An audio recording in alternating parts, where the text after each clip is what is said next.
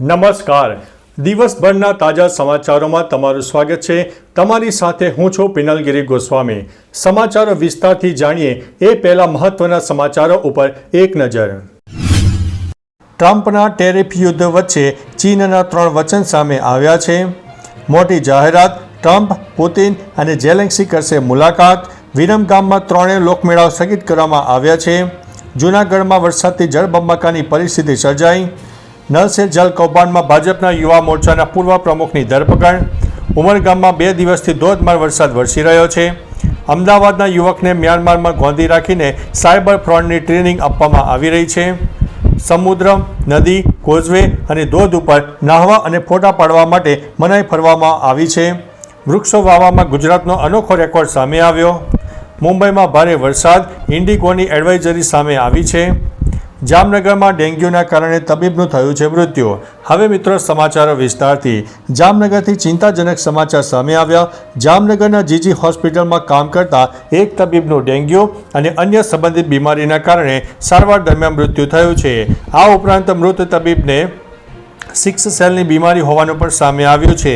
જોકે ડેન્ગ્યુ સાથે આ બધી ગંભીર બીમારી હોવાને કારણે તેમની તબિયત વધુ બગડી હતી અને અંતે તેમનું મૃત્યુ થયું છે. મિત્રો, અન્ય મહત્વના સમાચારની વાત કરીએ તો મુંબઈમાં ભારે વરસાદ, ઇન્ડિગોની એડવાઇઝરી આપી. મુંબઈમાં ભારે વરસાદને કારણે હવાઈ સેવાઓ અસર થઈ રહી છે. ઇન્ડિગો એરલાઇન્સે તેના એક્સ હેન્ડલ પર ટ્રાવેલ એડવાઇઝરી જારી કરી છે. એડવાઇઝરી મુજબ એરપોર્ટ તરફ જતા રસ્તા પર પાણી ભરાવા અને ટ્રાફિક જામને કારણે ફ્લાઇટના ઓપરેશનમાં મુશ્કેલીઓ આવી રહી છે અને ફ્લાઇટ મોડી પડી રહી છે.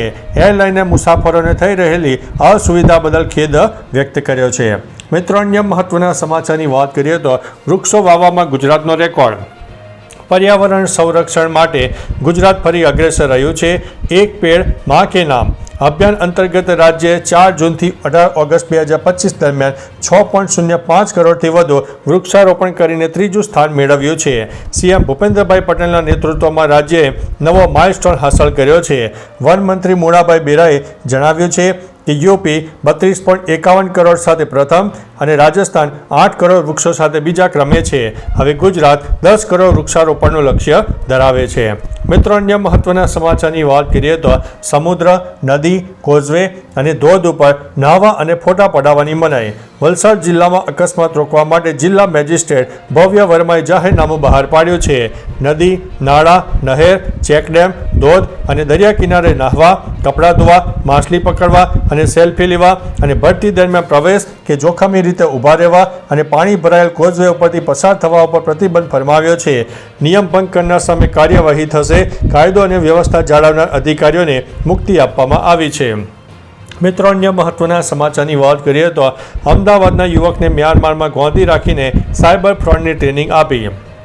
અમદાવાદના એક યુવકને 1 લાખના પગારની લાલચ આપીને થાઇલેન્ડ બોલાવવામાં આવ્યો, પરંતુ ત્યાંથી તેને ગેરકાયદેસર રીતે મ્યાનમાર લઈ જઈને 33 દિવસ સુધી ગોંધી રાખવામાં આવ્યો. આ સમયગાળા દરમિયાન તેને સાયબર ફ્રોડની ટ્રેનિંગ આપવામાં આવી અને તેને ગુનાહિત પ્રવૃત્તિઓ કરવા માટે મજબૂર કરવામાં આવ્યો. યુવકને ભારત ફરવા માટે 3.50 લાખ પણ ચૂકવવા પડ્યા છે. મિત્રો, અન્ય મહત્વના સમાચારની વાત કરીએ તો ઉમરગામમાં 2 દિવસથી ધોધમાર વરસાદ વરસી રહ્યો છે. ઉમરગામમાં 2 દિવસથી જોરદાર વરસાદી માહોલ સર્જાયો છે. ભારે વરસાદને કારણે કલ્પતરુ, પાવર હાઉસ, જીઆરડી વિસ્તારમાં પાણી ભરાયા છે, જ્યારે જિલ્લાના અન્ય તાલુકામાં નહીવત વરસાદ નોંધાયો છે. ઉમરગામ તાલુકામાં મેઘરાજા મન મૂકીને વરસી રહ્યા છે. સતત વરસાદને કારણે ઠેર ઠેર રસ્તા પર પાણી ભરાઈ જવાથી વાહન વ્યવહાર અને જનજીવન પ્રભાવિત થયું છે. મિત્રો, અન્ય મહત્વના સમાચારની વાત કરીએ તો નલ સે જલ કૌભાંડમાં ભાજપના યુવા મોરચાના પૂર્વ પ્રમુખની ધરપકડ. મહીસાગર જિલ્લાના 620 ગામોમાં નલ સે જલ યોજનામાં 123.44 કરોડની ગેરરીતિ સામે સીઆઈડી ક્રાઇમમાં ફરિયાદ નોંધાઈ છે. ભાજપ યુવા મોરચાના પૂર્વ પ્રમુખ ચિરાગ પટેલ અને કેડી વણકરની ધરપકડ થઈ છે. 12 આરોપીઓમાંથી 2 કોન્ટ્રાક્ટ કર્મચારીઓની અટકાયત કરાઈ છે. યોજના અંતર્ગત કુવા, ટ્યુબવેલ માટે ફાળવેલા નાણાંનો દુરુપયોગ, બનાવટી બિલો અને ટેન્ડર પ્રક્રિયાની અનિયમિતતાના આરોપો છે. મિત્રો, અન્ય મહત્વના સમાચારની વાત કરીએ તો જૂનાગઢમાં વરસાદથી જળબંબાકાર. જૂનાગઢમાં ધોધમાર વરસાદથી જળબંબાકારની પરિસ્થિતિ સર્જાઈ છે. માંગરોળમાં 4 કલાકમાં 4 ઇંચ વરસાદે જનજીવન અસ્તવ્યસ્ત કરી નાખ્યું. ખેતરોનું પાણી રસ્તા ઉપર ફરી વળ્યું. જૂનાગઢ, કેશોદ અને માંગરોળ હાઈવે પર પાણી ભરાઈ જવા પામ્યા છે, જટાશંકર અને વિલિંગડન ડેમની મુલાકાત ઉપર પ્રતિબંધ મૂકવામાં આવ્યો છે. સ્થાનિક ધારાસભ્યે ઘટના સ્થળની મુલાકાત લીધી છે. સુલતાનપુરના રહીશોએ રસ્તાઓ પર પાણી ભરાવાની સમસ્યા વ્યક્ત કરી છે. મિત્રો, અન્ય મહત્વના સમાચારની વાત કરીએ તો વિરમગામમાં ત્રણેય લોકમેળાઓ સ્થગિત કરવામાં આવ્યા છે. વિરમગામમાં ચાલી રહેલા ત્રણેય લોકમેળાઓ પરવાનો સ્થગિત કરી દેવામાં આવ્યો છે. વાત એમ છે કે મેળામાં એક યાત્રિક રાઈડ અચાનક તૂટી પડતા 2 લોકો ગંભીર રીતે ઈજાગ્રસ્ત થયા છે. આ ઘટના બાદ તાત્કાલિક ધોરણે પગલાં ભરવામાં આવ્યા છે. ઈજાગ્રસ્તોને સારવાર માટે હોસ્પિટલમાં ખસેડવામાં આવ્યા છે.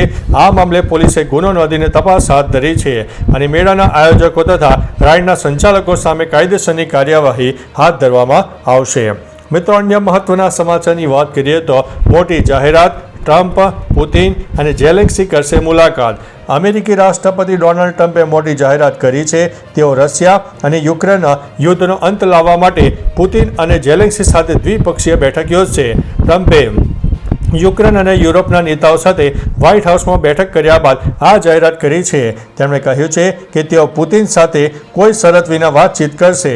આ બેઠક યુદ્ધનો અંત લાવવા માટે અનેક સકારાત્મક પગલું માનવામાં આવી રહ્યું છે. મિત્રો, અન્ય મહત્વના સમાચારની વાત કરીએ તો ટ્રમ્પના ટેરિફ યુદ્ધ વચ્ચે ચીનના 3 વચન. ભારત પ્રવાસે આવેલા ચીનના વિદેશ મંત્રી વાંગ ચીએ ભારતની 3 મોટી સમસ્યાઓનો ઉકેલ લાવવાનો વિશ્વાસ આપ્યો છે. તેમણે ખાતર, રેર અર્થ મિનરલ્સ અને ટનલ બોરિંગ મશીનો અંગે મદદ કરવાની ખાતરી આપી છે. આ મુલાકાત દરમિયાન વિદેશ મંત્રી એસ જયશંકરે સ્પષ્ટ કર્યું છે કે ભારત અને ચીન સંબંધોમાં સુધારા માટે સરહદ પર શાંતિ જરૂરી છે. બંને દેશો વચ્ચે સહકાર વધે તે માટે ચર્ચા યોજાઈ હતી. તો ચાલો મિત્રો, ફરીથી દેશ અને દુનિયાના સુપરફાસ્ટ સમાચાર લઈને મળતા રહીશું. ત્યાં સુધી અમને રજા આપશો. નમસ્તે.